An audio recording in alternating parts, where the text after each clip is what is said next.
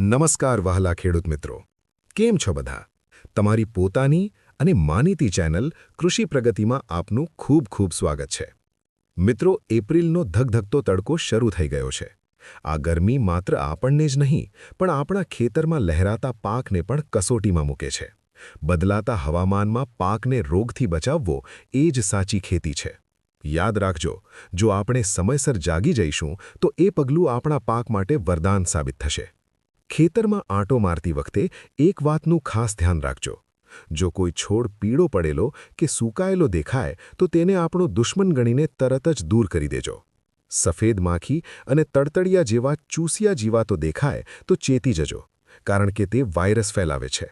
અને હા મારા ભાઈઓ, દવાનો છંટકાવ કરતી વખતે લાલચમાં આવ્યા વગર હંમેશા સાચા માપ મુજબ જ કામ કરજો. જો તમારી બાજરીમાં તડછારો કે ફૂગ દેખાય તો મૂંઝાતા નહીં. મેટાલેક્સિલ પ્લસ મેન્કોઝેબ 15 ગ્રામ 10 લીટર પાણીમાં લઈ પાનની ઉપર અને નીચે બંને બાજુ વ્યવસ્થિત છંટકાવ કરજો. તલના પાકમાં જો પાન ગુચ્છામાં વળી જાય તો સમજી લેજો કે લીલા તડતડિયાએ હુમલો કર્યો છે. એના માટે ઓક્સીડેમેટોન મિથાઇલ 12 મિલીનો 10 દિવસના અંતરે છંટકાવ જરૂરી છે. જ્યારે મગમાં પીળો પચરંગીયો રોગ દેખાય ત્યારે સૌથી પહેલું કામ એ કરજો કે રોગિષ્ઠ છોડને ઉપાડીને નાશ કરી દેજો. સફેદ માખીને રોકવા માટે ડાયમિથોએટ અથવા ઇમિડાક્લોપ્રિડ જેવી શોષક પ્રકારની દવાઓ વાપરજો. હવે વાત કરીએ આપણી રોકડિયા આવક એટલે કે શાકભાજીની. વેલાવાળા શાકભાજીમાં તડછારો રોકવા માટે મેન્કોઝેબ કે ક્લોરોથેલોનિલનો 15 દિવસના અંતરે ઉપયોગ ચાલુ રાખવો જરૂરી છે. ટામેટી અને મરચીમાં પાનનો સુકારો કે કાલવર્ણ રોગ આપણું ઉત્પાદન ઘટાડી શકે છે. તેના માટે કાર્બેન્ડાઝિમ કે કોપર ઓક્સીક્લોરાઇડ રામબાણ ઇલાજ છે. ખાસ કરીને ટામેટીમાં 10 લીટર પાણીમાં 50 ગ્રામ લીમડાનો અર્ક ઉમેરશો તો પરિણામ અદ્ભુત મળશે. જો ભીંડા કે મરચીમાં કોકડવા દેખાય તો તે સફેદ માખીની કરામત છે. તેના માટે થાઇમિથોક્સામ અથવા ફેનટ્રોપેથ્રીનનો છંટકાવ કરવો જોઈએ. ફળપાકોમાં આપણી વર્ષભરની મહેનત હોય છે.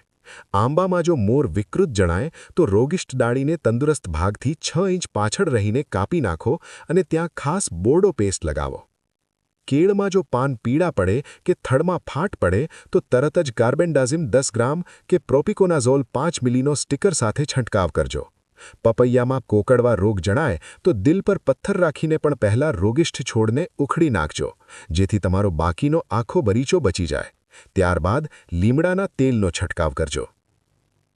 લીંબુમાં બળિયા ટપકા માટે રોગિષ્ઠ ડાળી કાપી નાખી કોપર ઓક્સીક્લોરાઇડનો છંટકાવ કરવો અને ગુંદરિયા માટે થડ પર બોર્ડો પેસ્ટનો લેપ લગાવવો, જેથી આપણા લીંબુના ઝાડ લાંબુ આયુષ્ય ભોગવે અને ભરપૂર ફળ આપે.